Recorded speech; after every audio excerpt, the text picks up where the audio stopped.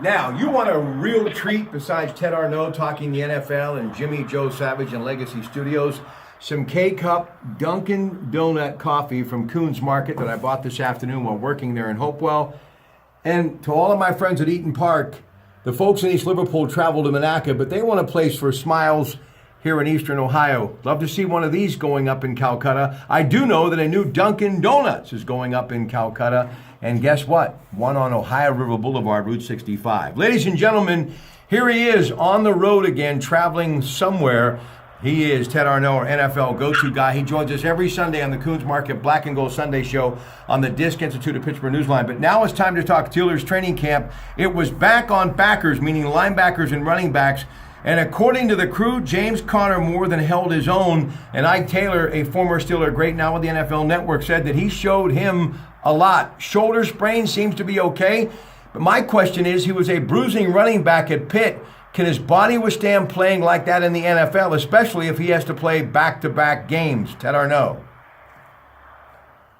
I think he'd have a problem. Like we talked about on our show on Sunday, he's got health issues to begin with. I think he's overcome those. But, being a NFL starting back, 25 to 30 carries a game, it's a struggle. And I don't know that he is ready to do that on a continuing basis. I think as a backup, maybe 10 plays a game, he'd be doing well. I want to talk about Martavis Bryant, still up in the air, kind of waiting and watching, and Sammy Coates with the knee scope. So Justin Hunter, a young man, gets the one-year deal. He's out there making some noise. Just the treatment of Martavis Bryant, and definitely the Steelers offense did a goal line drill 0 for 4. Brown was out because he and Cam Hayward both becoming new fathers. Congratulations to both of them. And still waiting for Martavis Bryant, and the offense was turned back by the defense. So definitely you need Martavis Bryant in the lineup. What's up with this situation, Ted, and what do you think the method of madness is, according to Roger Goodell, the good people of the NFL, when it comes to Martavis Bryant? I got to believe, Rob, that there's something we don't know about, that the NFL has all the investigatory powers over these players that a federal agency would have. So there's something that's still out there that the fans don't know about. I would assume the Steelers know about, but I think where we thought we were receiver rich just 3 weeks ago, it appears as though we're going to be struggling again, given the Sammy Coates issues and the other issues. All right, slot corner, Colson and Sutton working through injuries. Looks like William Gay is going to be the go-to guy. I'm okay with that, Ted. William Gay played well at the end of last year. I think he's gotten a lot of bad reps. I think he will be a steady player. He's never going to be great. He was never great. But I think he's a steady player that can add a lot of good time to the Steelers. T.J. Watt, spectacular, the word that they are using, tight end versus linebackers. And he actually did a number on Jesse James, your guy out of Penn State, and also David Johnson, who's got a whole lot of muscle behind him. So T.J. Watt making a splash early at St. Vincent and Latrobe, Ted. Well, I think he's certainly got the DNA to be a phenomenal player. I think he's got the desire. He's come off some serious injuries in college, has not had a tremendous amount of experience, but he's got all the enthusiasm and, like I said, the DNA to be one of the NFL greats, I think. Juju Schuster-Smith also making a strong showing. You're not surprised by the second rounder, are you? No, I'm excited. I think he may be one of the most exciting additions to the Steelers this year. And I think as a rookie, obviously it's tough to break into that receiving core, but it could very well be that everything's falling into place for him to become a very valuable player for the Steelers now and in the future. Ted Arnaud talking the NFL every Sunday. Don't forget News Radio 1020 KDK Coons Market Black and Gold Sunday Show. Joshua Dobbs, he of course from Tennessee, looking good, but then a pick six.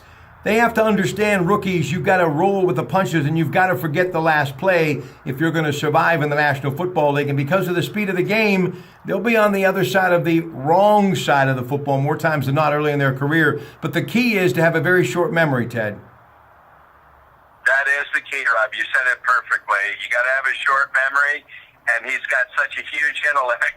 His memory may be just a little bit too long, but he'll get over that. He's going to have to figure out that, hey, this is a different breed of cat, and they're faster, they're stronger, and they know how to break to the ball a lot better than they did in college. Marcus Gilbert, they're saying the best lineman the Steelers have, and already, being that we're in Ohio, people were looking ahead to the battle that he'll have with the Browns defensive end, the new guy in Cleveland, Myles Garrett. I've always liked Marcus Gilbert, and he really is the total package, and he's going to be a big reason why I think they're going to have a lot of success this year, the Steelers. Well, they got a great offensive line for him to play off of, and he is a great player. But, I mean, they've put, over the years, the last 3 or 4 years, a heck of a package on their offensive line. So this is the year for them to show it, because they will have a great running back. They'll have a core of great running backs. I think the receiver situation will settle down. I think they're going to have to look at Martavis Bryant and say, look, give the kid a break. And Juju Smith, I just think he's going to be awesome. So,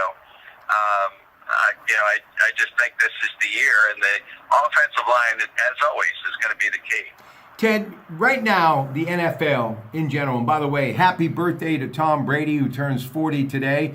I wish it would be 50, so he'd be retired, and the Steelers would actually have a chance against New England this year. But happy birthday to the GOAT, the greatest of all time, no doubt about it, in my opinion, and also playing for the greatest football coach of all time, Bill Belichick. Much respect for New England, and happy birthday to Tom Brady from all of us here at Legacy Studios, your Pratte Pack. Now, the Steelers, a lot of people are saying that maybe too physical training camp today, but you actually have to slap each other around a little bit. You got to feel, having contact so you understand to kind of get the wake-up call where you are headed as far as the season is concerned. I understand why they have to kind of step back, and a lot of people are saying best thing that happened to Le'Veon Bell, that he's not there right now. But still, you do need some sort of contact, right, Ted?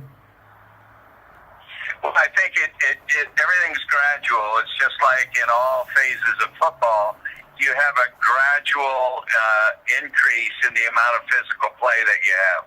And I think that's important to get ready, because whether or not they like it, even during the scrimmage games that they're going to have, there's going to be some big-time people hitting them. And if they're not ready for it, if they haven't gone through, one, the conditioning, two, the mental training to recognize what kind of hits they're going to take, they can get hurt. So the only way to play safe in the NFL or any phase of football is play at 100%. All right, let's talk high school football in just a minute or so that we have left. You, of course, with your son, Ted Arnaud Jr., second-year-old Glenn, they're underway. I mean, Coach Ludwig and others are getting ready for the 2017 football season, and they're in two-a-days, and, of course, Coach Ramsey at Wellsville.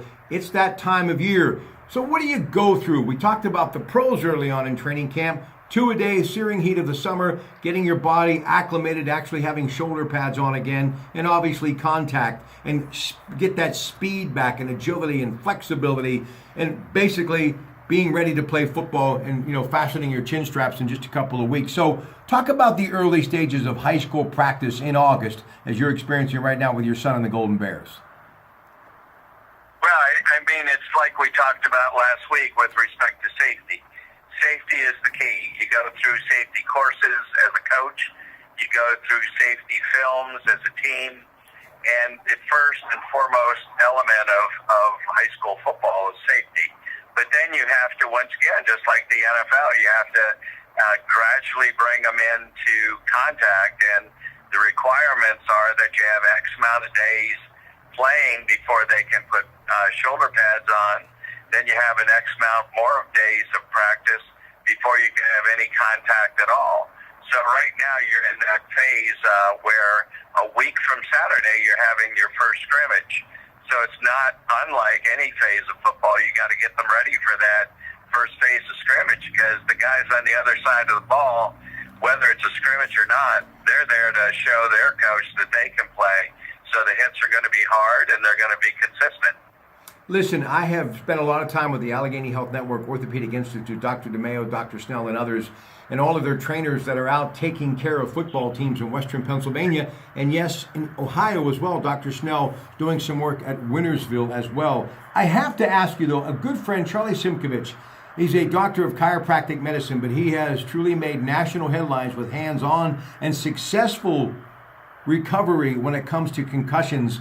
So do you think that is something, this holistic aspect of what Dr. Simkovich is doing and having great success with, do you think they'll be looking at more alternatives as opposed to just traditional sports medicine, Ted, in the future? Well, I think concussion, the history and the evolution of concussion research is really on the very beginning stages. I mean, they're doing study after study, and every study that they do comes out with other studies that refute them. But I think all of the elements of all forms of medicine, whether it's traditional or a little bit experimental, are all going to be used when it comes to treating concussions for young athletes, not just of football, but young athletes of all sports, including sports like cheerleading and other elements. All the concussions enter into all of them. So I think the medicine, the medical field, is really starting to focus on it. And the sports are so meaningful to high school students, and as far as their development, we all know that very few of them are going to play for money ever. And so that it's the development of the character, development of the body that's important. And I think making sure that you've got all of the research elements involved are going to be important down the road. Up and down all of these river towns, Friday night under the lights, I think, best medicine to talk about here to end is the fact that the Allegheny Health Network has these sports trainers on the sidelines with so many of these teams, dozens upon dozens. I think that is one of the greatest things that's happening, and the Allegheny Health Network, part of the Highmark Healthcare Company, is a big reason why. And I think that's really making kids a whole lot safer and preventing some very serious issues. So, Ted, always a pleasure. We'll catch up with you on Sunday on the Disc Institute of Pittsburgh Newsline. Have a great rest of your week, okay? Thank you, Rob. You too. Talk to you Sunday. All right. Good night, everybody. And don't forget, tomorrow at 12 noon on News Radio 1020 KDK from Mike Pintek. Good night.